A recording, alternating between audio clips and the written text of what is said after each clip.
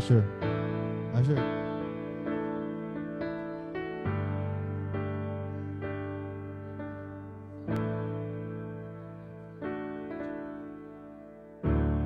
Check. Hey, 1, 2. Check. 1, 2. Mic check. Testing. Hey, check. Mic check. Check. Testing. Mic check. Hey. Hey, what's check? Hey. Testing. Check. Hey, mic check. 1, 2, 3. Check. Check. Hey, check. Check. Kaya mo ang earphones mo.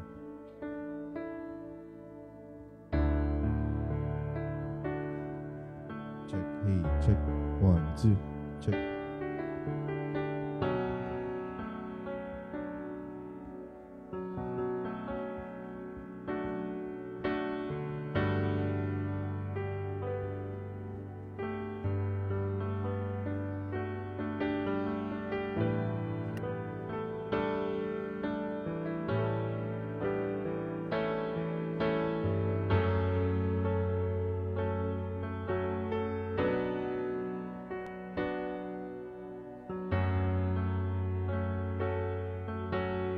Check. 1, 2.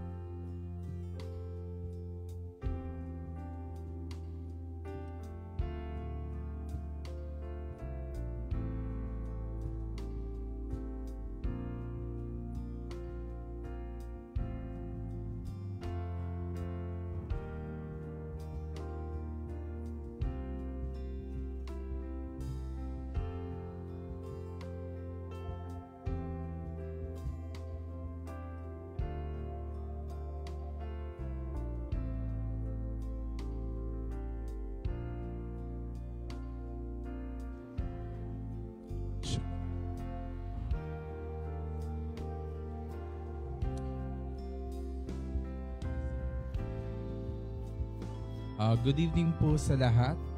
In just a few minutes po, mag-start na po yung service natin for remembering po Pastor Rudy. So thank you po.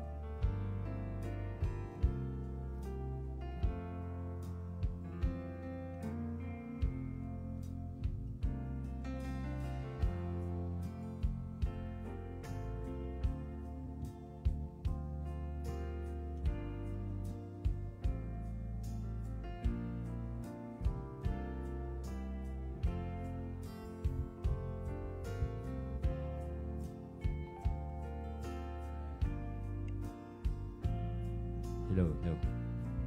Good evening po sa ating lahat. Sa pumapagandang gabi sa ating lahat sa gabing ito.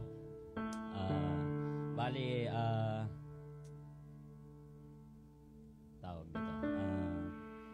Nakakatuwa po na nakikita namin dito ngayon yung mga kwento lang ni Daddy. Sa mga nakasama niyang pastor, nakasama po niya sa pagmimisyon.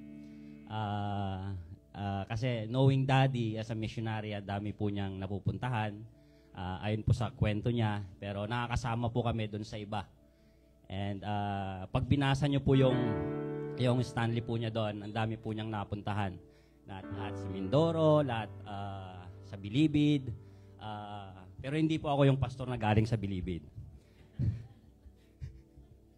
Ako po yung son-in-law ni Pastor Rudy. Ako po yung asawa po niya. Asawa ko po yung panganay po niyang anak. Ngayong gabi, gusto po namin kantahin sa inyo kung ano po yung mga kanta na kinompose po ni Daddy. Yung mga kinompose po niya. And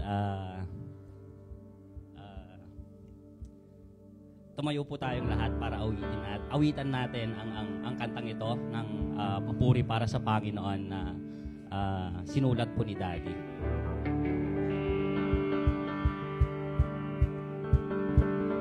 Tayo po'y magpuri sa ating Diyos na buhay. Nagamit si Pastor Rudy po sa bawat sa atin ngayon po ay gamitin tayo ng Panginoon para kay sa Kanya ay magpasalamat at magpuri. Hallelujah, Jesus.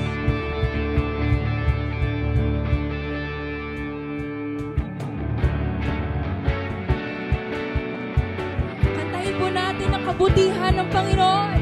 Hallelujah, Lord.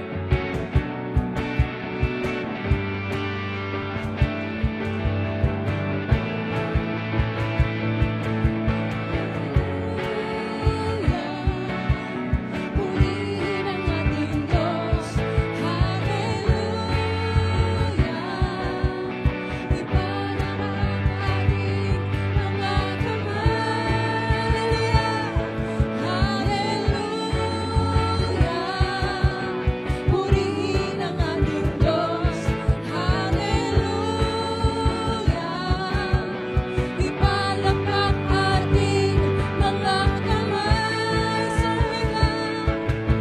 Sumigaw ng papuri sa Diyos nating banal.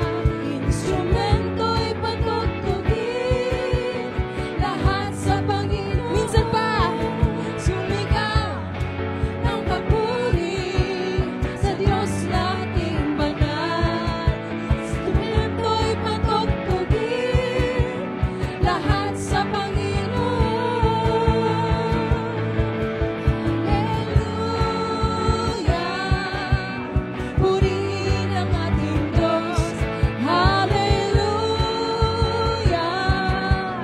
Ipalakpak ating mga kamay. Hallelujah. Purihin ang ating Diyos. Hallelujah. Ipalakpak ating mga kamay. Sabihin po natin, sumigaw. Sumigaw ng papuri sa Diyos nating banal. Instrumento'y patugtugin lahat sa Panginoon. Sumigaw ng papuri sa Diyos nating banal.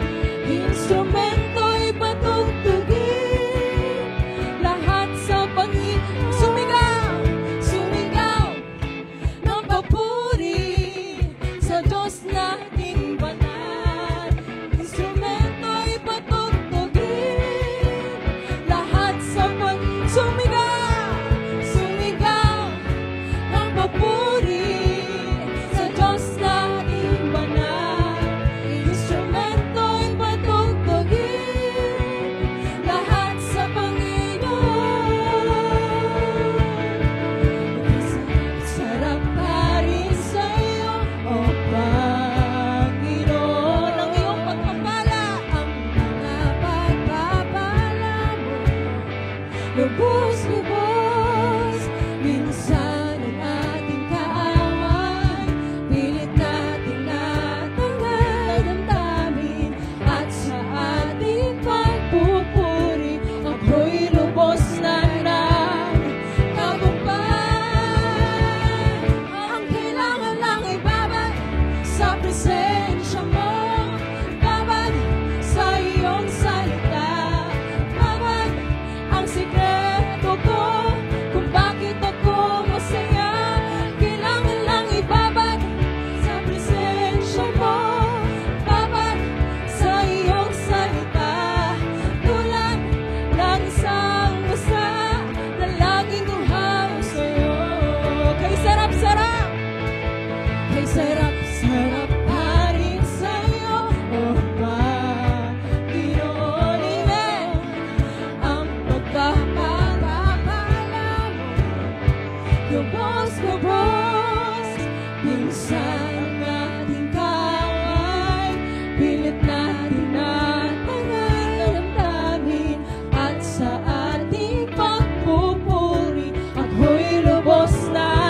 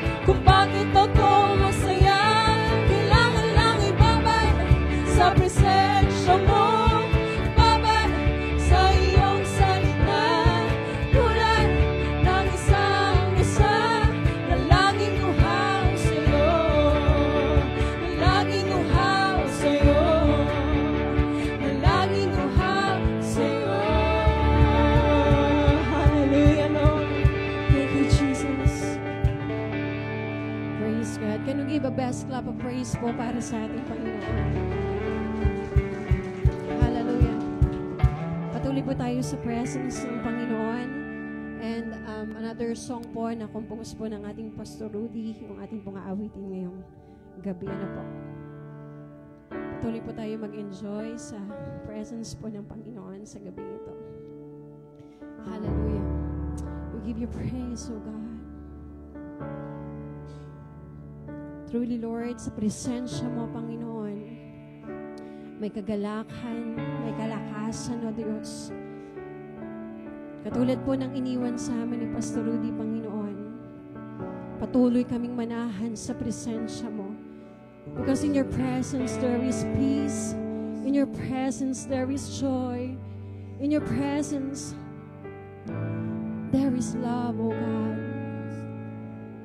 Hallelujah.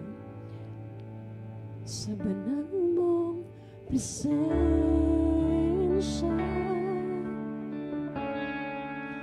kamay aming itataas. Sa banal mong presensya,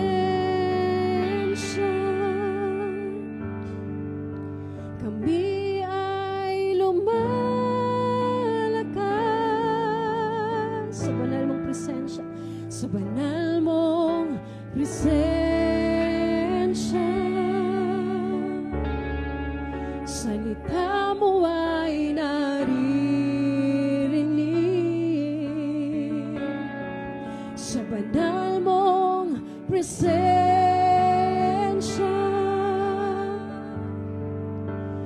puso ay nahayag.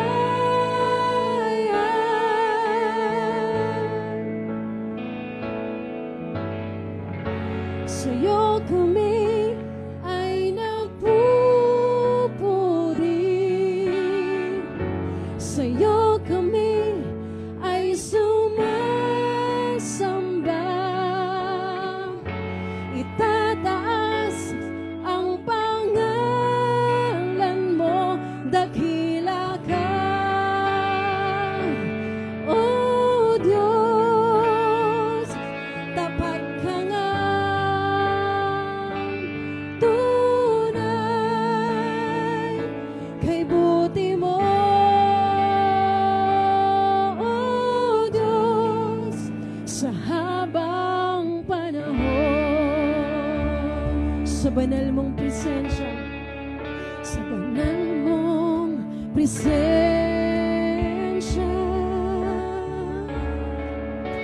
kamay aming itataas. Sa banal mong presensya,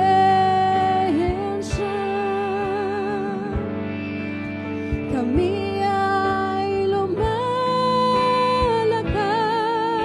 Sa banal mong presensya, sa banal mong presensya, salita mo ay naririnig. Sa banal mong presensya,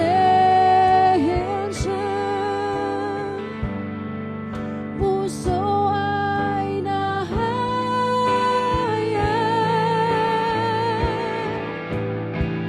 Sa'yo kami nakupuri. Sa'yo kami ay nagpupuri.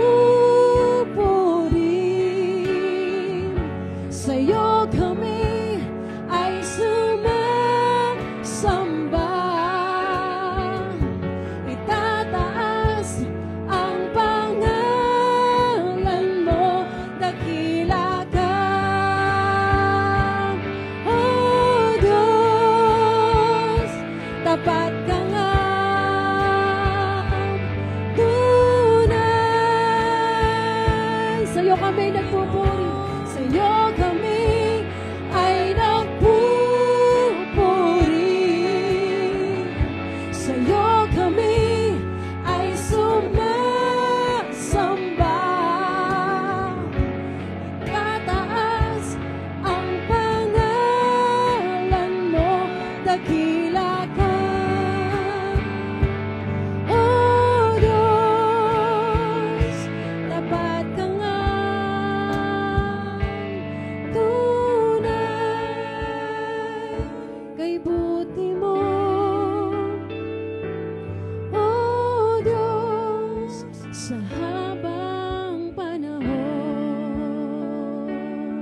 for the last time po, as we raise up our hands, in good times or in bad times, patuloy po tayo nagbibigay ng papuri at pasasalamat sa Panginoon. And ito po yung desire ni Pastor Rudy, na sa ganito pong pagkakataon, patuloy niya pong madala ang mga tao sa pagsamba sa Panginoon. Ano po? Sige po, for the last time, let's sing this song. Sa banal mong presensya, the presence of the Lord is here.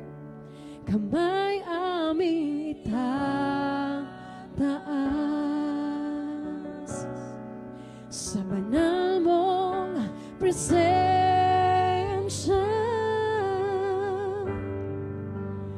iya'y lumalakas. Sa banal mong presensya, sa banal mong presensya,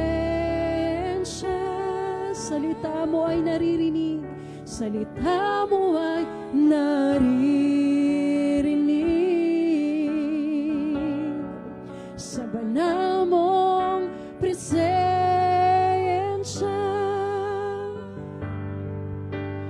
puso ay nahaya.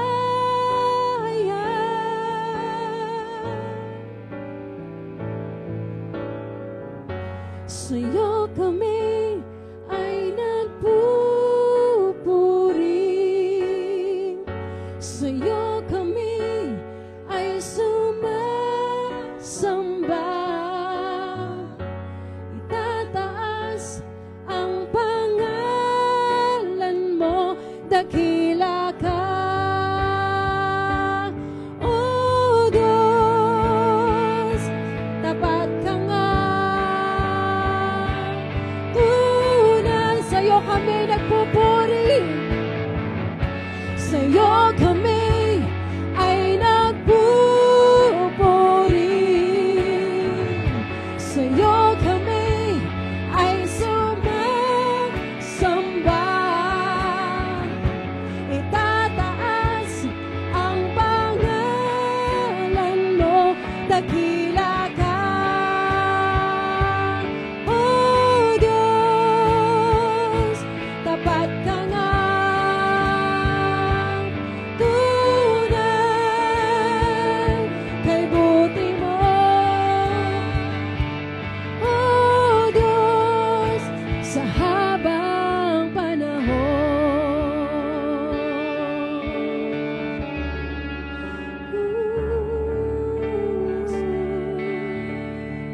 Sa habang panahon. Hallelujah. Best clap of praise po para sa atin pong Panginoon.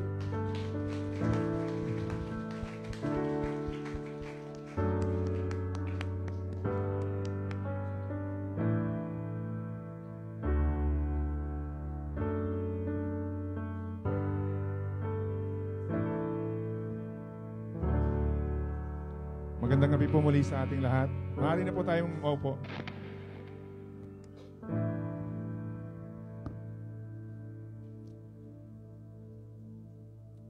Una, nagpapasalamat po kami sa Panginoong Diyos sa bawat isa po na nandito ngayon na naging part po ng journey ng buhay ni Pastor Rudy. And I know, bawat isa sa atin dito may kanya-kanyang testimony kung gaano naging kabuti ang Diyos sa buhay ni Pastor Rudy sa kanila. And kahapon, nakakatuwa na gaya ng sabi ni Brother Ryan na may mga testimonies kahapon na kinakwento sa amin ni Daddy, pero hindi namin kilala kung sino yung tinutukoy niya. Bago po pala ang lahat, ako po ay si Ralph, asawa po ni Jaja, isa sa mga anak ni Pastor Rudy. So, kahapon po may mga nag-testimonies, gaya ng mga naunang araw, may mga nag-testimonies na kaya ni Sister Janet po.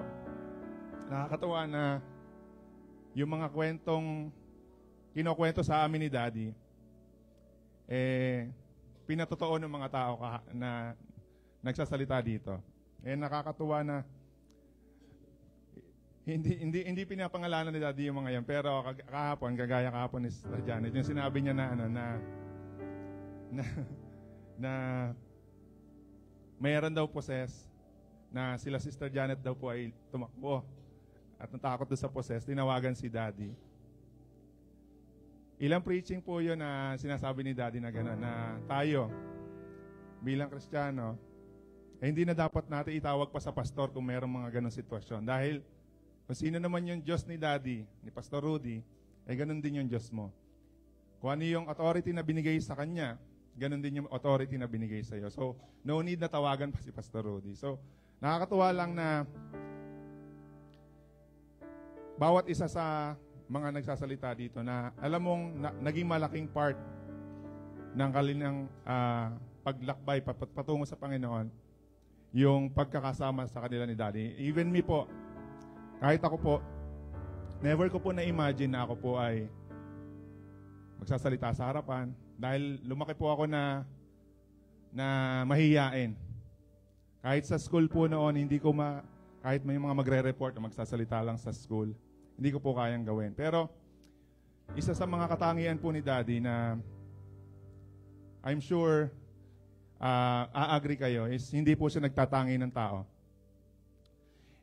And, gaya ng kwento ko kahapon, isa ako sa mga tao na kung titingnan niyo po yung itsura ko noon na nanliligaw kay Jaija, hindi niyo po pagkakatiwalaan. Sobrang payat, sobrang itim. Pero biro nga po sinabi sa akin ni Daddy na, adi ka ba? Pero, ang dami pong tinuro sa akin ni Daddy. Napakarami pong tinuro sa akin ni Daddy na, alam niyo na, meron palang tao magtitiwala sa iyo ng ganon. Ay pagkakatiwala niya yung anak niya sa iyo, unang-una yon, yung tiwala na binigay niya sa akin sa anak niya nung nanliligaw pa lang ako. And yung tiwala niya sa akin na gagamitin ako ni Lord. So, despite yung kung ano may itsura meron ako noon, kala mo nag-improve no? Despite yung itsura ko na meron ako noon, pinagkatiwalaan ako ni Daddy sa maraming bagay. Gaya na sabi ko, nakwento ko kahapon. Unang ministry binigay po sa akin ni Daddy ay pag-aayos ng upuan sa church. And nung una po sabi ko, parang ano ba yun? Gawain na ba yun sa church? Isa na ba yung paglilingkod para sa Diyos? Pero ang daming bagay ko natutunan po doon. Una, yung gaya po ng sinabi ko nung nag-share ako kahapon. Habang inaayos ko po yung mga upuan na yon, kahit for me is ayos na yung mga upuan na yan, feeling ko pantay na yung sinukat ko na. Kasi alam ko si Daddy meticulous, yung OC yan Pero for him, makikita mo yan, pagkaayos mo, aayusin pa ulit niya. Pagkaayos mo, titingnan niya, makikita mo na lang siya. Maliligo na ako, Daddy, ayos ko na yung upuan. Pagsilip mo, lalapit pa yun doon sa upuan. Iaayos pa ulit. Ganun po si Daddy. Hindi naman siya perfectionist, pero alam niya na kapag paglilingkod para sa Panginoon, dapat ibigay mo yung best mo. Even sa maliliit na bagay na pag-aayos ng upuan. Ganun po siya. And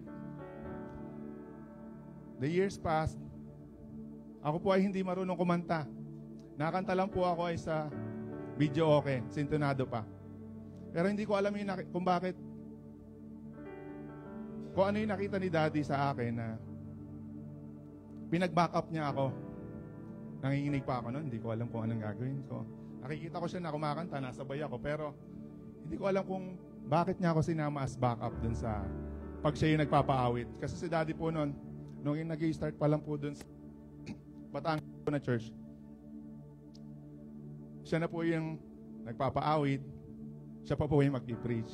Dahil bago pa lang po yung church namin daw, maliit pa lang. And nilalagay sa puso ko na tumulong kay Daddy, pero wala akong courage Wala akong courage na tumulong kumanta kasi wala naman akong tiwala sa sarili ko na kaya kong kumanta. But si Daddy, nagtiwala siya sa akin na mag-back up ka. Nag-back up ako. Habang tumatagal, ikaw yung magpapaawit. Sabi ko, wala. Hindi naman ako marunong umawit. Hanggang sa nabibuild yung confidence mo dahil alam mo na hindi mo naman ito ginagawa para sa tao. Ganun yung tinuturo niya sa akin. Lahat ng mga pinapagawa ko sa iyo, hindi mo yun ginagawa para sa tao. Lahat yun para sa Panginoon. Kaya huwag kang mahiya. Kung haharap ka man sa unahan, kung mag-share ka man o aawit ka man, huwag mo silang tingnan. Tingnan mo yung Diyos dahil sa Kanya mo ino-offer yung pag-awit mo. So hindi ka mahihiya pag ganun yung stand mo. And habang tumatagal na nakakasama ko sa Daddy, nakasama ko siya sa maraming mission, and sabi ko nga kahapon, marami ang first time sa buhay ko na siya yung kasama ko. Sakay sa aeroplano, sakay sa barko, sa bangka, paglabas ng Luzon, dagat, paliligo sa dagat, lahat yon. Siya po yung 23 years old na ako, hindi ko pa po nararanasan lahat ng yan. Pero nung nakasama ko si Daddy, lahat yon naranasan ko dahil kasama ko si Daddy. Kasali yata ni Tita Merce isang beses sa Lian, Batangas. Marami siyang pwedeng i-entertain na bisita doon. Pero dahil kasama niya ako, Ralph, tara, punta tayo sa tabing dagat. Di ba first time mo maligo? Pumunta pa kami ng tabing dagat, sama ko si Daddy. Ganon siya. Hindi niya ipaparamdam na iba ka. Hindi pa niya ipaparamdam na ma-OOP ka sa isang lugar. Lagi kanyang kukwentuhan. Lagi kanyang parang ka-close mo siya. Hindi siya nauubusan ng kwento. Gaya nga ng sabi ko sa inyo po. Bawat isa sa inyo, maaaring nakwento na ni Daddy sa amin. Dahil sa sobrang makwento niya. And ngayong gabi po, alam ko po marami mga patotoo na mag-i-encourage sa bawat isa na kung gaano kabuti yung Panginoon sa buhay ni Daddy nung nakasama natin siya. And ngayong gabi, hindi po ito about morning. Ayaw po ni Daddy ng ganon. Ang gusto niya po, masaya tayong lahat. Ang gusto niya po, hindi natin siya makita yung katawan niya. Kaya earn po yung request niya na kapag ako namatay, pag ako kinuha na ni Lord, gusto ko masaya lahat. Na walang makikita na kung ano yung itsura ko. Ang gusto ko, nag-aawitan tayo para sa Panginoon. Ang gusto ko, masaya tayong lahat. Ang gusto ko, ang maaalala nila sa akin is yung masasayang alaala lamang. And ngayong gabi po, magkakaroon po tayo ng mga testimonies na maririnig natin. And unahin na po natin siguro yung mga testimonies ng kanyang mga anak.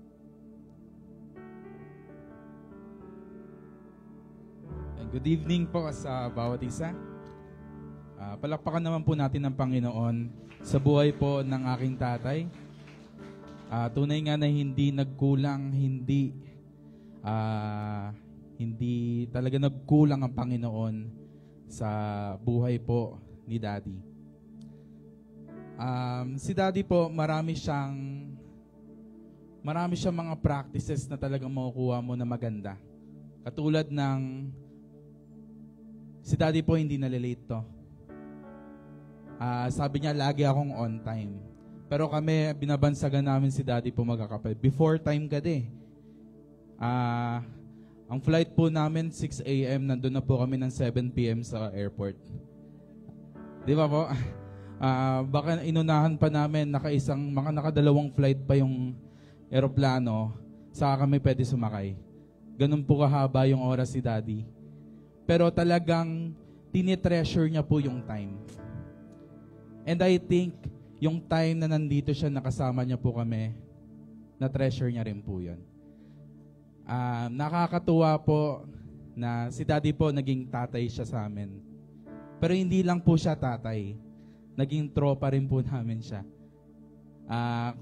Kung akala man po ng iba na si Daddy parang stricto, sobra na, huwag kong ano yan. Diyan ka lang, nakatayo ka lang, bawal ka gumalaw. Hindi po ganun si Daddy. Si Daddy po, para mo siyang tropa po na mabibiro, na kapag nagtutugtugan nga po kami ni Kuya, magaspang po kasi kami ni Daddy, nagigendo po. May nakakaalam po sa inyo, laging ganun ginagawa ni Daddy pag may nagtutugtugan. Papatunog niya yung gagawin yung percussion yung kamay niya. And isa po sa pinaka greatest lalo na testimony na meron kayong magkakapatid ay yung faith po ni Daddy. Na simula bata po kami, hindi po nagbago yung faith ni Daddy nung bata pa kami hanggang sa tumanda po kami. Sa katunayan nga po, mas lalo pang lumago. Na dati, sabi niya nga po sa buhay niya, hindi niya naranasan na tumaas siya at biglang baba, taas biglang baba. Pag ganun lang daw po yung buhay niya sa Panginoon. And ako, naniniwala po ako doon na isa po ako sa nagte-testify na ganoon po ang ginawa ng Panginoon sa buhay po ni Daddy.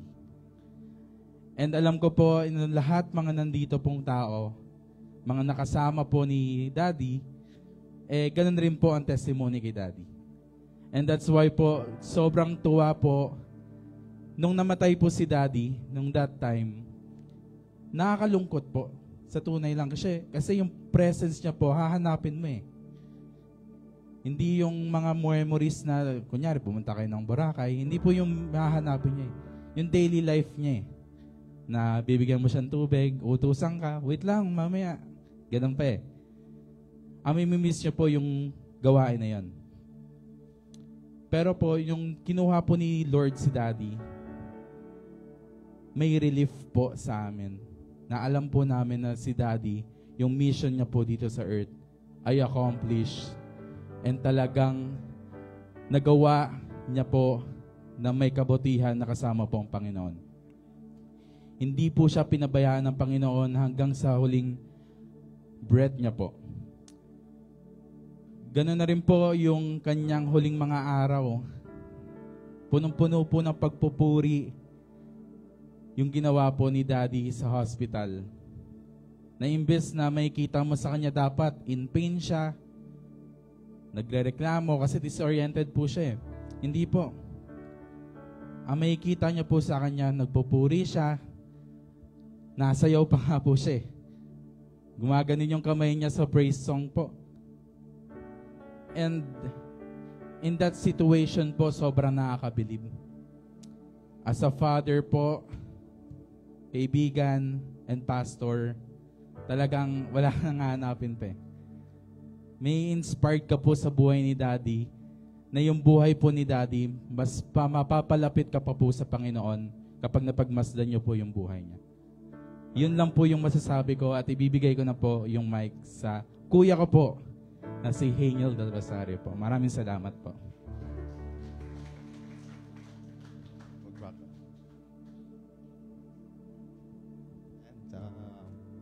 Good evening po sa lahat.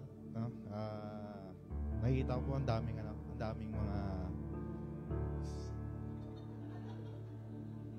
ang daming yung mga nakasama ni Daddy, mga naging part ng buhay ni Daddy dito po sa ngayon nakasama po na kailang kuling-kuling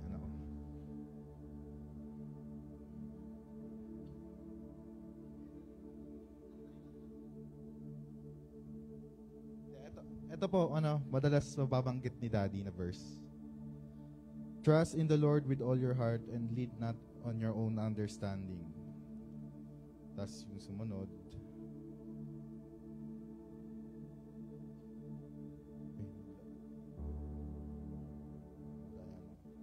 Teka lang po ha. Hindi, alam ko naman. Trust in the Lord with all your heart and lean not on your own understanding. In all your ways, acknowledge Him. So, yung po yung madalas na binabanggit niya lagi sa amin. Sabi niya, kung may faith ka, maganda yan, may faith ka. Pero, iba yung pagtatrust sa Lord. Na kahit anong mangyari, kahit anong mangyaring sitwasyon sa buhay mo, question is, magtatrust ka pa rin ba sa Lord? Kasi faith, na yan, given. Alam mo nananampalataya ka may Diyos. Kilala mo siya.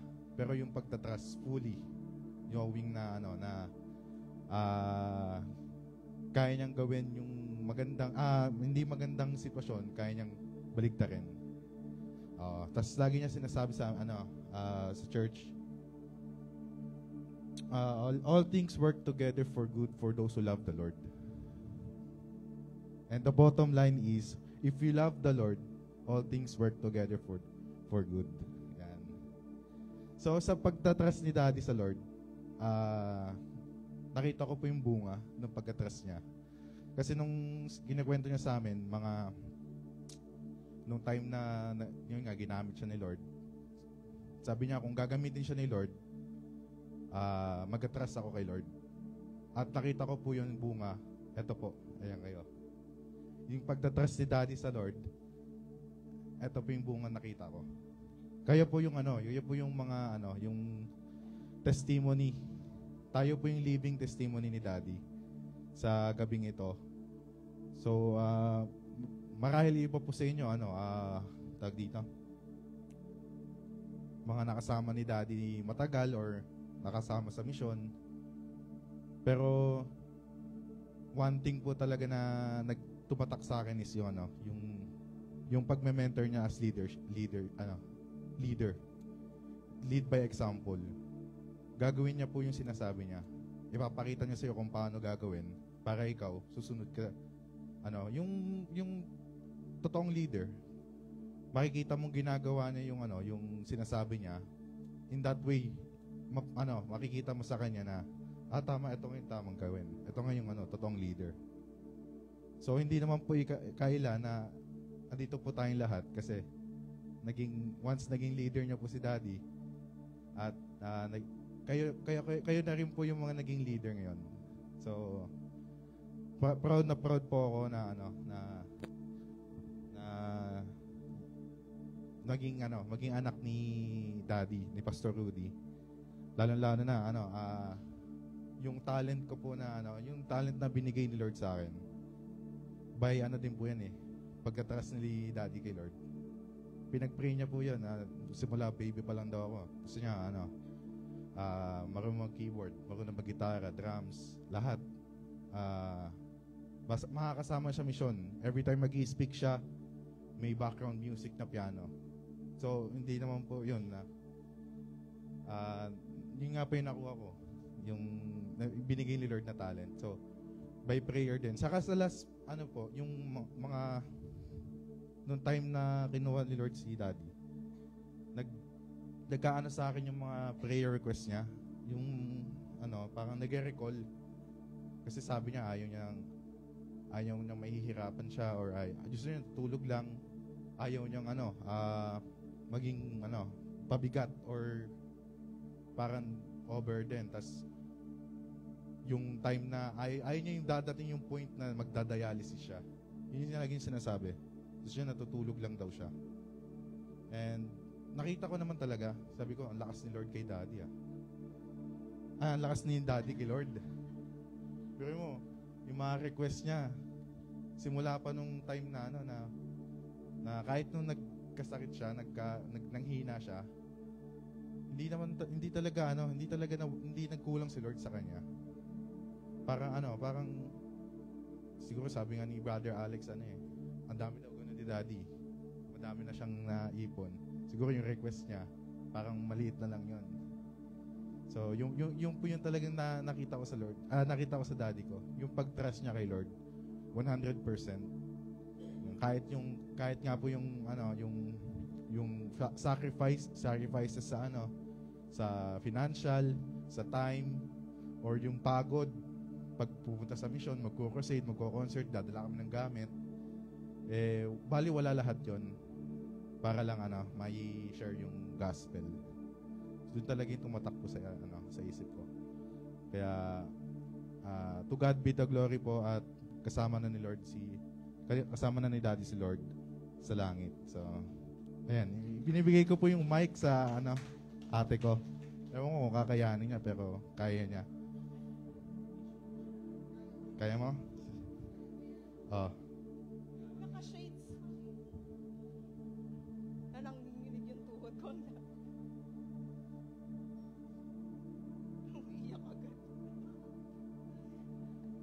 Naka-shades po ako.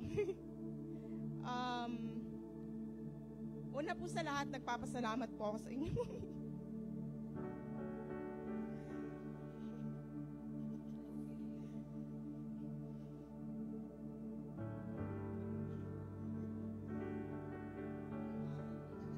Hindi ko pa turn eh. Gutom na po ba ang lahat? Kasi medyo nag-prepare po ako ng message kay Daddy. May slides po ako. Paki-show nga yung slides. Mga ano lang naman po to, 26 slides. So magandang gabi po sa lahat. Ako po si She, ang eldest po ni Pastor Rudy. Yan. Iyak agad, di pa nagsisimula talaga to. Emotional po. Tapos maya-maya ako din humahagulgol na yun. Ayan. So, hindi ko po kasi alam kung baka may ma-miss out ako. So, I made sure na masasabi ko lahat kung ano yung pagkakakilala ko sa daddy ko. So, kahagabi po and nung isang gabi, marami pong nag-testify and nagbigay ng may PowerPoint. Nagbigay ng nung experience po nila nakasama si daddy sa mission and sa field. Ayan, kung paano po sila naging leader po nila si daddy. Ayan. So, in short, kung paano si daddy as a pastor. So, I would like to take this opportunity naman po kung paano si daddy as a father sa aming magkakapatid, especially sa akin po bilang panganay na anak. So, ang title po nito ay, nakakatawa yung pa-title pa, The Best Dad I Could Ask For. So, merong mga nasa baba, no? Perfectly imperfect, yet the greatest dad. So, ito po yung tribute ko para kay daddy. So, ano po ba ang traits or characteristic ng isang Pastor Rudy? Sige, next slide. Nasaan ba? Sino ba nag-aano? Ayan. So, how was Pastor Rudy as a father ba? So, yun, na-mention ko po kanina na marami nagsabi, paano ba si Pastor Rudy as a leader? On time siya. Strict siya. Lagi niya akong pinapagalitan. Lagi akong umiiyak. Kasi si Pastor Rudy direct, ganyan. Ano siya, mahigpit na pastor. Alam niyo po ba si Daddy before, pag ang service po ay 9 o'clock, 9 o'clock magsasara po yung gate ng church. Then, bawal pong pumasok yung mga late. So, ganun po si Daddy, very punctual and on time po, gusto talaga niya. So, paano si Daddy as a father naman po? So, tignan natin. O, di ba? Meron akong pa-chart. O, di ba? Ayan. So, iisa-isahin ko po yan. Kaya tinatanong ko pa kung gutom na po ba ang lahat. Kasi, hindi po ako nagbibiro. Medyo nag-prepare po ako ng, last na po ito eh. Gusto ko syempreng marinig ninyo kung paano si Daddy, kung paano siya bilang father sa akin. So, hindi ko po hayaan na basahin nyo lang. May explanation ako for each. May kwento ako for each. Mga few kwento, siguro mga 1 to 2 kwentos sa isang character. Ba't ikaw umiiyak ka kaagad? Si Teti talaga. Ayan, meron po tayong, by the way, may pa-dinner po tayo bilang pampalubag loob sa haba ng sa sobrang haba na magiging message ko. Hindi, joke lang po. Ayan, so mag-umpisa tayo sa funny but serious. Si Daddy po, ano siya, actually ito parang magkakahalo all in one. Parang contradicting, no? Funny yet serious. Yan. Adventures, yan. So si Daddy po funny but serious father. So si Daddy po mahilig yan magpatawa. Nakikipagtawanan, nakikipagbiroan sa amin. Oh, Daddy, meron po yan kasing minsan na BPI, gumagana, pero BPI yung nasasabi niya. Tapos, Daddy, nagtatawa namin siya. Biglang maya-maya, VN, yung sa huli, parang siya na yung napipik ko na, tama na. Serious mode na. Hindi niya na, parang hindi niya na ako ginagalang. Ako respeto, tama na, parang ganon. Sobrang funny po ni Daddy, and yet, he's really serious about being a pastor, being a leader. Ganon po siya. So, si Daddy, balance po yan. Hindi siya lagi lang na parang nagtapapatawa or nagbibrakwela po kasi talaga si Daddy eh.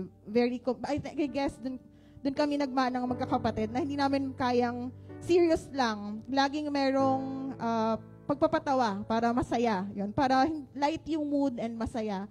Pero pag kailangan magseryoso, lalo na sa gawain sa Panginoon, serious talaga dapat. Hindi pwede yung papucho-pucho lang. So si Daddy ganun po siya. He's funny as a dad, but serious as a leader and as a pastor. Then next po, adventurous. Naalala ko po nung nasa Mindoro kami. By the way, simula grade 1 po hanggang 4th year high school, iba-iba yung school ko. Kasi sa Daddy po, missionary pastor. So palipat-lipat po kami ng lugar. Mindoro, Cabuyao, Mindanao, Surigao, kung san-san po kami dinadala, yan, paiba-iba. Pero ang pinaka, hindi ko po ano yun? Nadidistract ako. Ang pinaka hindi ko po makalimutan, sinakay po kami ni Daddy sa isang bangka na walang, ano yung tawag doon? Yung parang katig. Walang katig. And enjoy na enjoy po siya doon na gano'n. Yung mga adventures, umakyat kami ng bundok na maadaming alimatik. Nag-mission po kami sa mga mangyan. Hinunuko kami ng mga mangyan. Nagpakain kami ng mangyan. Ayan, nagpaligo ng mangyan. Tapos pumunta po kami sa mga remote areas na merong mga kulto-kulto, ganyan. Merong maraming mga faith healer, albularyo. Sa akin po, as a kid, I see it as adventurous. In a way na parang, uy, adventure, bago, ganyan. Pero, on the other hand, ano po yan, gawain po yun para sa Panginoon. So, adventure para sa Panginoon yung nangyayari. And minsan sinaloloko ko po siya, Daddy, grabe ka, kaya mong iris yung buhay ng mga anak mo. Imagine, delikado na tumawid sa ilog na rumaragasa. Parang flash flood pa nga yan kasi brown yung kulay ng tubig eh. And tinawid niya kami para lang maka-updating kami doon sa kabilang ibayo para makapag-share ng Word of God sa mga tao na hindi naaabot. So si Daddy po is adventurous at 8.3%. Next po natin, disciplinarian yet gentle. O, di ba? Ayan. Si Daddy po, very disciplinarian po yan. Nung bata pa po kami, kapag Sunday, tas hindi pa po kami gumigising, may warning po yan. Una muna gentle lang. Judge, gising na kayo. Ganon. Hindi pa rin kami nagigising. Judge, gising na. Ganon na, medyo ano na yan, pagaling na yan. Pagalit na. Maya-maya, may dala ng pang-spray ng tubig. Ganon na. Ginigising na kami ng spray ng tubig. Gising na. Pag wala pa rin, wala. Iwan kayo. Iniiwan kami sa church. Kung di kayo gumising, sumunod kayo mag-church. So si Daddy po, very, disciplinarian. Naalala ko po before nung bata pa ako, lagi po kasi akong nadadamay lang sa pagpapalo. Ang lagi po talaga napapalo, yung kapatid ko, si Jaija. Yan, pasaway po kami. Ako kaya nadadamay lang ako palagi kay Jaija na pag napapalo. Pero si Daddy po, siya yung tipo ng, hindi kanya papaluin ng dahil lang gusto kanyang saktan. Pero after kanyang paluin, explain niya sa'yo kung bakit kanya napalo. Naintindihan mo ba kung bakit ka napalo ni Daddy? Ganon. Opo, kasi ganito po, ganyan. Sa susunod, wag mo nang uulitin. Yan. Ganon po si Daddy. Disciplinarian po talaga siya kung disciplinarian, pero gentle din po siya at the same time. Yan. So, next. Diba? Iniisa-isa ko talaga. Strict but sweet. Ayan. Stricto po talaga si Daddy, na-mention ko, kumangato ko sa inyo kanina na ayaw niya na umaatan kagabi pala. Ayaw niya umaatan kami ng mga JS prom. Yun. I guess siguro kasi po, parehas kaming babae ng kapatid ko eh. And nawala po yung mami ko, ako 8 years old, and then yung kapatid kong sumunod sa akin na babae, 6 years old at that time. So, 5 and 7, I guess, parang ganon. And parehas kaming babae. So, I think siguro dahil din parehas kaming babae, kaya sobrang stricto ni Daddy sa amin. Bawal mag-boyfriend. Pag may maliligaw po ako, there's this one time, grabe, sobrang naalala ko. Mayroon akong crush nung high school pa lang. First year high school naalala ko. Di college na ako noon, nag-aaral na ako. Crush na nandito nga pala po yung husband ko. Si Ryan. Ayan, mawalang galang lang. Pasintami. May crush ako nung high school. First year high school pa lang ako. Crush ko na yon. Anak siya ng dentista. Kung may nakakakilala. Hindi ko na ini-name drop kasi may ibang nakakakilala dito. Yung mga pinsan ko. Ayan, alam niya Ate Nikki. Ayan, so si Daddy, di college nakita kami ulit, nag-cross yung landas namin. So, hinahatid-hatid niya ako sa bahay. Minsan, ganyan. Pinupunta-puntahan niya ako. And then si Daddy from Mindanao, umuwi siya dun sa bahay. Nagsistay ako nung time na yun sa tita ko, kay Tita Ruth. So yung guy pumupunta-punta doon, anak yun ng dentista, tapos nursing yung lalaki. Si Daddy biglang, sino yun? Yung bruise ko yung boses. Sino yan? Daddy, ka po? Friend ko po. Si muti ko pa man-name drop no? Si po, ganyan. Sabi niya, halika na, lista tayo. Yayaya na ako, pupunta na kami kila Tito Manong dun sa kapatid niya. Wala naman kaming usapan na aalis kami. Talagang, di ka na. Kasi ayaw niya may lalaki na naniligaw. Di ka na, alis na tayo. Yan. Pati sa suot namin, kahit may asawa na po ako. yung suot mo, hindi maganda yan. Nag-office na po ako nun sa, sa Globe, dapat di ka nang susuot ng ganyan. Kapag si daddy po, very strict. And yet, sweet po siya. Kasi, after ng, explain niya, nasabi niya, sino ba yung lalaking yun? Ganyan. Ano yan, daddy? And then, may mga tinatawag po niya kami sa mga kanya-kanya namin pangalan. Naalala ko po, nasa hospital kami, sabi ko, daddy, sino ko? Niya, Shesheb Buneknek. Sabi po niya gano'n. Kasi yun yung tawag niya po sa akin nung bata pa ako. Tapos si Adriel tawag niya Utroy. Yan si Jaija, Budang. Then talagang nakakatawa eh. Si Hingel naman, Bistik Boy. So, ganun po si Daddy ka-sweet sa amin. Nung bata pa po kami, niligaluhan po kami ni Daddy ng parang first time po naming pumunta nun sa Mindoro. Yun, palipat-lipat kami. So, first time na nasa Mindoro kami. And then si Daddy, may surprise siya sa aming ni Jaija. Ito nakwento ko na ata ito kagabi ba? Or nung isang gabi. Yan. Nagbigay siya sa amin ng gift. So, pagtingin namin, may gift ako, sabi ni Daddy. Pagtingin po namin, may pagong. Yan, 2 pagong. Isang pagong medyo malaki. Sa akin daw yun kasi ate ako. Yan, may ganun siya, may authority siya na pinapakita in detail ways that he can. And then may mas maliit na pagong, yun yung kay Jaija kasi mas bata siya sa akin. So, sobrang sweet po ni Daddy. Minsan, niregaluhan niya kami, may bibigay siya sa amin. Pero ang pinaka hindi ko po makakalimutan kay Daddy, yung kapag naglalambing po siya na ubong, nanghihingi ng pasalubong, ubong, ganon. And never po si Daddy nag-miss ng birthday. Yan, lagi siyang happy birthday siya, love you. Lagi po siyang may I love you. I think na-post ko yung mga, hindi ko na lang nilahat, pero some of the screenshots ng message ni Daddy sa akin na I love you anak, I love you, ingat kayo, love you. Laging ganun po si Daddy. Hindi siya nagmi-miss ng opportunity para iparamdam or sabihin na mahal niya kami. So, sobrang sweet po talaga. Marami pang pwedeng sabihin, pero para makakain na din tayo and makaproceed tayo dun sa ibang testimony naman. Next na po tayo. Yan, protective. Yan, na-mention ko na kanina, medyo kasama na rin dun sa isa, na sobrang protective niya po sa aming magkakapatid. Naalala ko nung high school ako, umangkas lang naman ako dun sa sa bike nung kakilala ko. Aba, galit na galit. Sobrang protective po niya. Huwag kang umaangkas sa bike ng lalaki. Wala akong paalam. Hindi maganda sa mga babae ang yung ganyan. Ang umaangkas sa bike. Ganyan. Sobrang protective po si Daddy. And growing up talagang mafe-feel mo yon, not because talagang siya, yung hindi siya protective in a way na parang masasakal ka.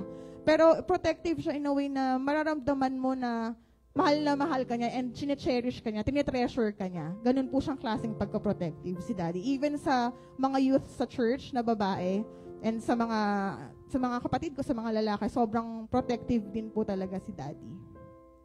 Yan, generous na tayo. Lapit na 1, 2, 3, 3 na lang, tapos nasa isa na lang yung gitna.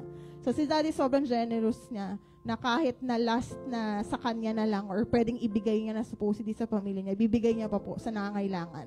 I remember there's this one time na kano ngayon last money, 7,000 na nangangailangan. And then, binigay niya po lahat yun. And ang pinangahawakan niya po, God will provide. Kahit na last money ko na ito, nangangailangan tong taong to. And tinouch po siya ng Lord May leading ng Holy Spirit na i-bless niya So, binigay niya. And then, meron din po this one time na nasa church siya.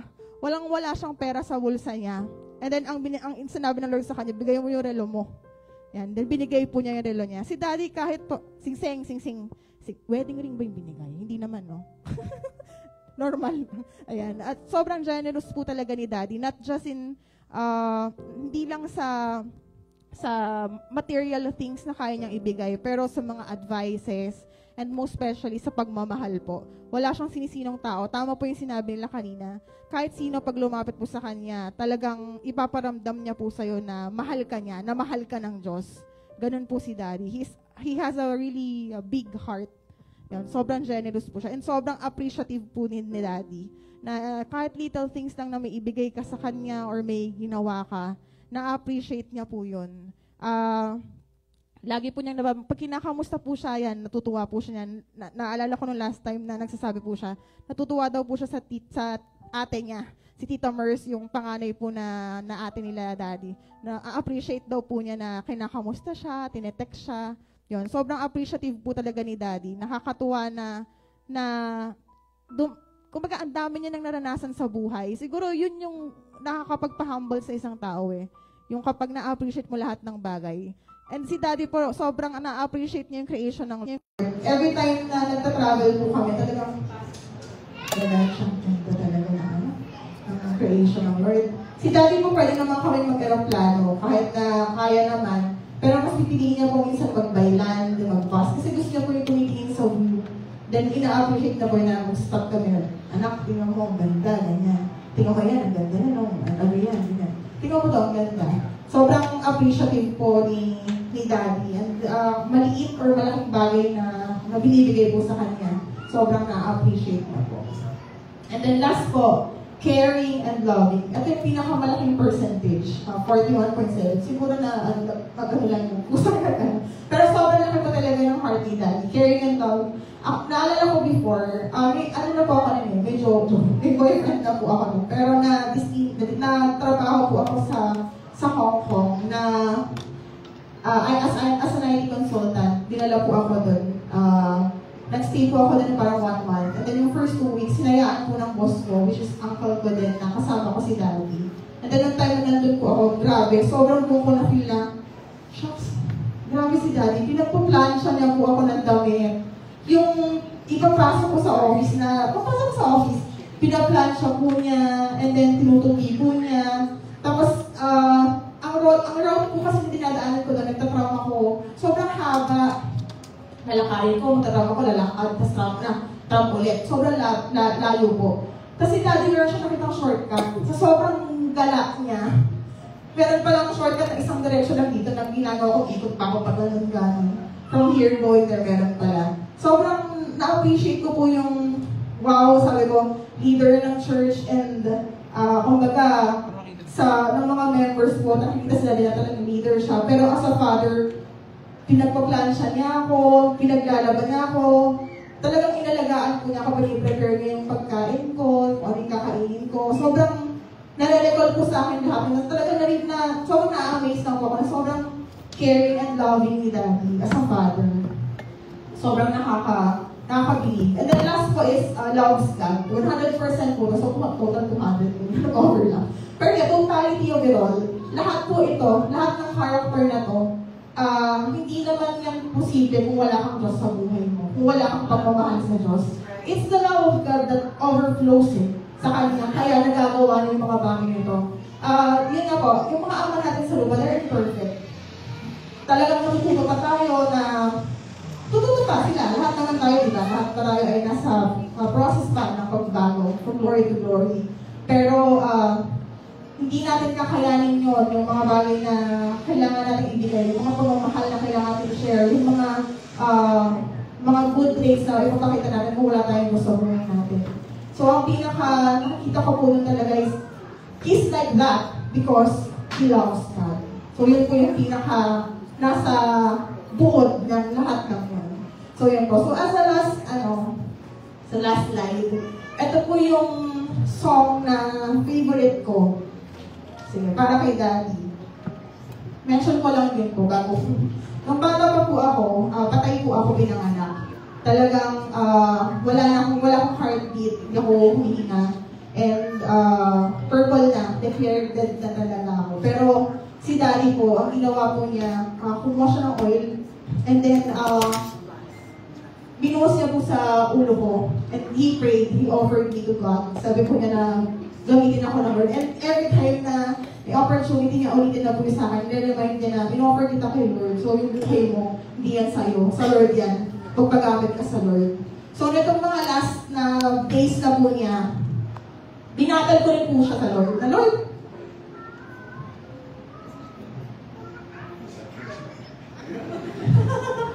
sayang yung pulbos. Sabi ko, Lord, go muna. Huwag muna. Nilawan po namin talaga. Pero it's really the will of God eh. Kung ano yung will ng God, yun pa rin talaga yung masusunod. So, sa huli, sinabi ko rin po na, Lord, let your will be done. We entrust Him to you. Kung ano po yung kalooban niyo, yun po yung masunod. Thanks sa shades. Okay po. Sige, ito pong last na song na to. Kanta po ito sa concert nila Daddy. Sila Daddy po kasi mahilig silang mag-concert before, yung kabataan ko ng mga tito-tita ko. Sino po nakakalaman sa Joseph the Dreamer, na si Daddy po yung gumanap na father ni Joseph.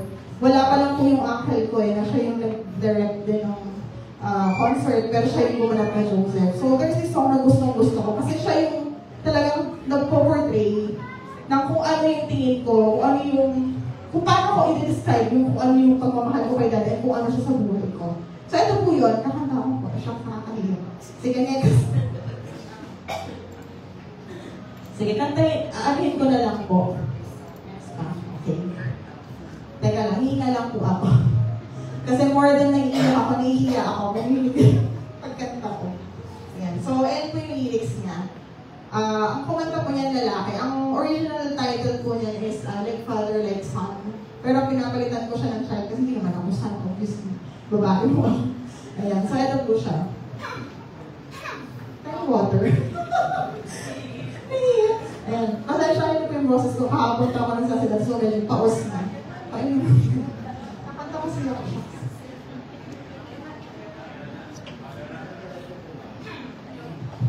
Yung mga taga-IL po ba? Umuwi na. Mga taga-office. Ayan, dito pa. Oh my goodness. Ayan, sige. So, okay. Hindi, ito pa para kumitan. I'm always thankful to the Lord, because He gave me dad like you.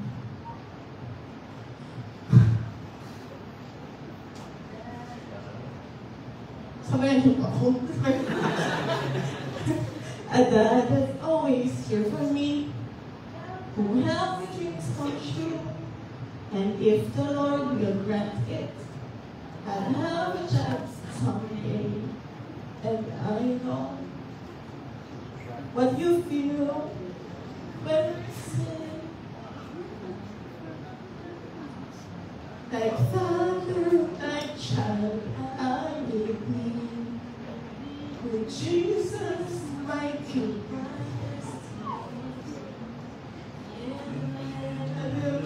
Inside to see what God has done. I thank you, He made you my God. Sorry, may konting drama. Sobrang nagpapasalamat po ako sa na si Daddy po yung naging daddy ko. Bukod sa kung ano man po, paano pa na na-i-impart niya sa amin, mga anak na. It's really the fate na meron po siya sa Diyos. Late na. Ba't ngayon pa? Tumulong na si Diyos. Joke lang, nag-shine na. Ayan po. It's really the faith, yung pagmamahal niya sa Lord and yung faith niya po sa God, yung pinaka-importante po na na-impart niya sa aming mga anak. And up to the last breath po, na nandun siya sa hospital bed, kung baga matatawag ng dying bed yun, kasi talagang alam niya sa sarili niya na kukunin na siya ng Lord. Pinakita pa rin po niya yung pagmamahal niya sa Panginoon. Nag-prepare ko ng Lord na, Lord, sabi ko, kukunin mo si Daddy, just make sure na ready siya, prepared siya. Most especially yung spiritual niya. Yun po yung sinabi ko. And then, kasi nung mga last na po, medyo asuwit po, pasaway si Daddy. Sinasabi na, matay na akong matay, ganyan. Pero nung mga few weeks, few months before, I was talking about 2 months before nakunin siya ng Lord, talagang nag-work po yung Lord sa buhay niya. And nung mga last days niya po sa hospital, nakita ko pa talaga na ito yung routine na kilala ko. Ito yung servant of God na kilala ko. And in-exceed pa nun actually, sabi ko ako sa kanila. Akala ko kilala ko na si God. Yung pinaka, kumbaga prime niya na paglilingkod sa Diyos nung malakas siya. Pero iba pala. Kapag mahina ako na, kapag nararamdaman ka na sa katawan mo, pero naglilingkod ka pa rin sa Diyos, yun yung mas masakit. Sabi na nga pala, sa kanyang weakness, si God daw po yung strength niya. And yun po talaga yung nakita ko kay Dad, na sobrang sobrang humanga po talaga ako na, kaya po pala ang Lord, He looks at your heart. He sees your heart. Sa heart mo siya tumitingin. Kasi sometimes tayo mga tao, nakakapag-contradicting na yung ginagawa natin sa kung ano yung laman ng heart natin. Sometimes may mga circumstances sa buhay natin na nakakakos na para maging irritable tayo, or sometimes kung ano yung reaction natin sa ibang tao. Pero minsan hindi naman talaga yun yung laman ng heart dun ng tao Pero si Lord, tumitingin siya sa heart. And nung time po na nasa hospital kami, na malapit na po si Daddy umuwi sa Lord, sabi ko, it's very clear na sinabi ko na Lord sa akin na ayan yung heart niya. More than what you see, physically, spiritually, ito yung heart ng Daddy mo. And yung heart niya is to worship and to still serve me. Lahat po ng doctors, lahat ng nurses na nag-handle kay Daddy, taga-san ka, anong church mo, mag-ano po kami dito, nagpapaalam po siya sa doktor, maggagawa po kami ng gawain dito, ilan po kayo nyo dito, magkakantahan po kami, mag-mission evangelism po kami, magpo-concert po kami dito. Mga ano lang po, siguro mga 2-3 oras, gano'n po siya. Ano na po siya na disoriented na po kasi siya. Pero, pag hindi 100% functioning yung brain mo, it's the heart that talks. Yung heart mo, yun talaga yung makikita. Kaya sobrang nagpapasalamat ko ako sa inyong lahat din na nandito. Nagpapasalamat ako especially sa Diyos na binigyan na po kami ng opportunity na makita yung heart ni Pastor Rudy. Yan. So, ayun lang po. I-give ko na lang po yung last slide. Hindi ko na po babasahin at baka maglupasayin pa po ako dito. So, after this, I guess, pwede na tayong dinner. And then after, okay, so may isa pa and then we can bring the prayer. Okay, so, tinatawagan ko na lang po si Tito Manny to lead us sa prayer. And then after that, while we're eating, pwede pong magbigay din ng testimony ng mga iba pa po na kasama po ni Daddy. Ayan, so last slide na sana. Wala. Ayan, so ito po yung last message ko kay Daddy. Tito Manny, Pastor Manny, ayun, prayer na lang po. Thank you po sa lahat.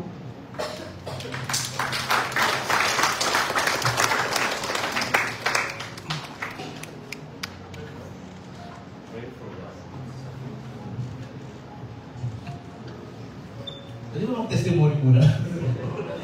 Ako tutugin eh. Hindi kasi baka mamaya wala na akong chances. So, I'm not going to do it now before we die. Okay? Kasi ito lang, 2020 biblis ako. 2022 mind stroke, right? And then from then on, nakita natin na nag-debate yung katawan ng Pastor Rudy. At kung sinabi yan, Christmas party natin natin sa, sinabi niya, baka ito na muli natin pagkikita. And that was so alarming para sa akin.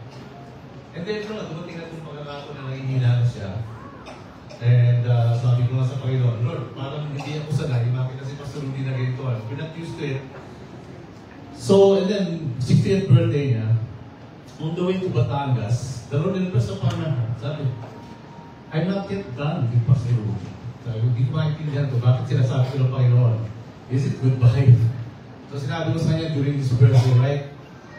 And then, ito na, dumating na yung few days, then napanood ko sa video, na may sinabi siya doon na hanggang sa muli pakikita. Tama ba yun? Is that exactly? So it's parang mamamaalam niya eh. Para sa mga members niya, and to everyone who sees the video. And then sabi ko nga, parang hindi tama. Pero whatever the Lord's will, it will come to pass. Okay? So, sabi nga, alam natin sinabi ng Bible na, the sheep hear or know the voice of God. They know the voice of His shepherd. So, alam ko sa Pastor Rudy, sa prayer life niya, masyado siyang serious dito. Okay? It's an opportunity and privilege to talk to your Father and your God. So, alam mo na, open ang ears niya, whatever God is saying. So, nung siguro may conversation sila, kasi God's not done with him yet, pero ito na, parang ito na yung last days, it's coming to pass. And then sabi ko, Lord, Pastor Rudy must be talking with God seriously about his past, about his life. And I don't know what transpired during the conversation because I was not there. So, Ito na lang, nangyari na nga, sinabi ko, nakita ko nung nasa mga messages na ito yung kanyang situation. Ayaw nga namin marinig eh. Siswitan nga, papatay ng phone niya eh. Ayaw na marinig, baka ng value. So, nung nangyari na yun, sabi ko, ito na lang nasabi ko, Lord, it's your will. Gusto yung gamitin, pero nag-usap kayo. I know you didn't change your mind. Pero Pastor Rudy was probably tired. And he's excited to go home. And that happened. So, kaya Pastor Rudy na lang, chat-chat na lang tayo, okay? Until we meet again. So, yun lang po. So, I have to say that. When you stand for a drive, pagkasalamat sa kaya natin. Dear God in heaven, Lord, we come to you in thanksgiving and praise, O Lord. You're so good, Lord. Thank you so much, Lord, for your loving kindness. Thank you so much for being good to everyone here, O God. Maraming salamat, Panginoon. And yung mga blessings mo na naramdaman namin po throughout our lives, Panginoon, we appreciate it. We like to say, Lord, we acknowledge you, we adore you, and we love you, Lord. Thank you so much, Lord, for the provisions and the food na pagsasaluhan namin sa gabi ito, Panginoon. Sa kamay na nagahanda namin ito, continue to bless them, Lord. And yung provision mo sa kanila, huwag mapigil, Panginoon, huwag natigil, Lord. Lord, maraming salamat, Lord, sa gabi ito. We continually give you our thanks, Lord, and our adoration. Yours is the glory, Panginoon. Thank you so much, Lord. In the mighty name of Jesus, we pray. Amen. Before po tayo kumain, dito po ata yung ating table po, nakakainan natin. Pwede po tayong pumila doon. Dito po tayo kukuha ng food and meron po tayong mga paper plates po dyan sa likod. After po nito,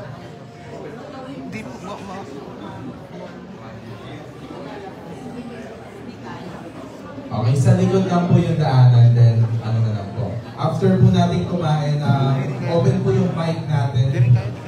But I think po may mga tatawagin din po tayo meron po tayo mga names na tatawagin po para makapag-testimony po sa buhay po ni Daddy. Maraming salamat po to God, we all the glory.